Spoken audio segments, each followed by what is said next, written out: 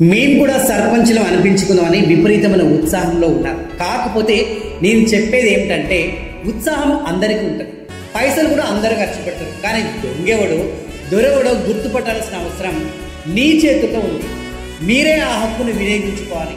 Correct అయిన పర్సన్ని, అసలైన నాయకుడిని ఎన్నుకోండి. జరా రాబు కాకుండా తర్వాత బాధపడుకుండ్రి. వాడింత దోసుకున్నాడు, వీడింత దోసుకున్నాడు, వీడి ఇంతగానం పర్మిషన్లకు పైసలు తింటుండు అని ఎన్నో చెప్తాం. తర్వాత ముందే చదువుకున్నోడిని, ఆలోచన శక్తి ఉన్నోడిని, విజ్ఞానుణ్ణి, తెలివైనోడిని, పనికొచ్చేటోడిని ఎన్నుకుంటే తప్ప దొంగలకి సన్నాసులకి సద్దులు కట్టి తర్వాత బాధపడుకుండ్రి. ఇవాళ వాడి ఇచ్చిన క్వార్టర్ సీసాకో వీడిచ్చిన 1000 రూపాయలతో ఓటు వేసిందంటే ఆడు ఉక్క తింటారు. ఎట్లా అడుక్క తింటారంటే నీకు ఆడు పర్మిషన్ కూడా ఇయ్యడు. పైసలు ఇచ్చేదాకా నువ్వు కట్టుకున్న గుడ్డ ఇంటికి, ఆ ఇంటి కోసం పర్మిషన్ కోసం మళ్ళీ ఎన్నో అప్పులు చేసి ఇవి కావు, కడుపుకు ఏం పెట్టాయి. ఇక ఆ టైంకే వాడు తీయటి మాటలతో తీర్థం వస్తే తాగినట్టు తాగి వాడు తీయటి మాటలకు పడితిరా ఆగమైపోతాడు.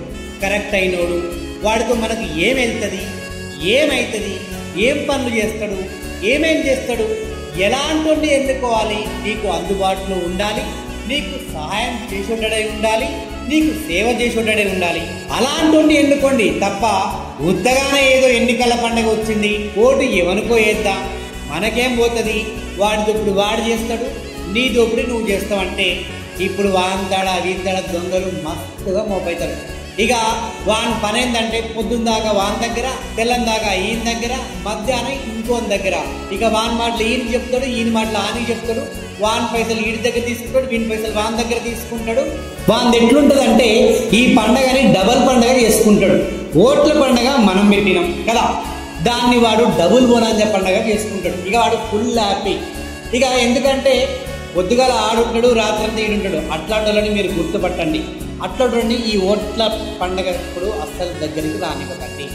నిజంగా మీ గ్రామానికి సేవ చేయాలని ఉంటే, గ్రామంలో ఉన్నటువంటి ప్రజలను బిడ్డల లెక్క చూసుకోవాలనే ఆలోచన ఉంటే అట్లాంటి వ్యక్తులను ఎన్నుకోండి. అట్లాంటితోటి అభివృద్ధి జరుగుతుంది. కొంచెం ముందర పడతాం. జర ఓటు వేసేటప్పుడు చూసుకొని ఎన్నుకొని ఓటేయండి. ఒక్కసారి దిమాగ్ పెట్టి ఆలోచించండి, మీకే అర్థమవుతుంది. లక్షల కోట్లు, కొన్ని ప్రాజెక్టులు, ఇంత బియ్యం, ఇంత కరెంట్, ఇది కాదండి. మార్పు కోరుకుంటున్నారు. వ్యవస్థలో, విధానాల్లో, రాజకీయాల్లో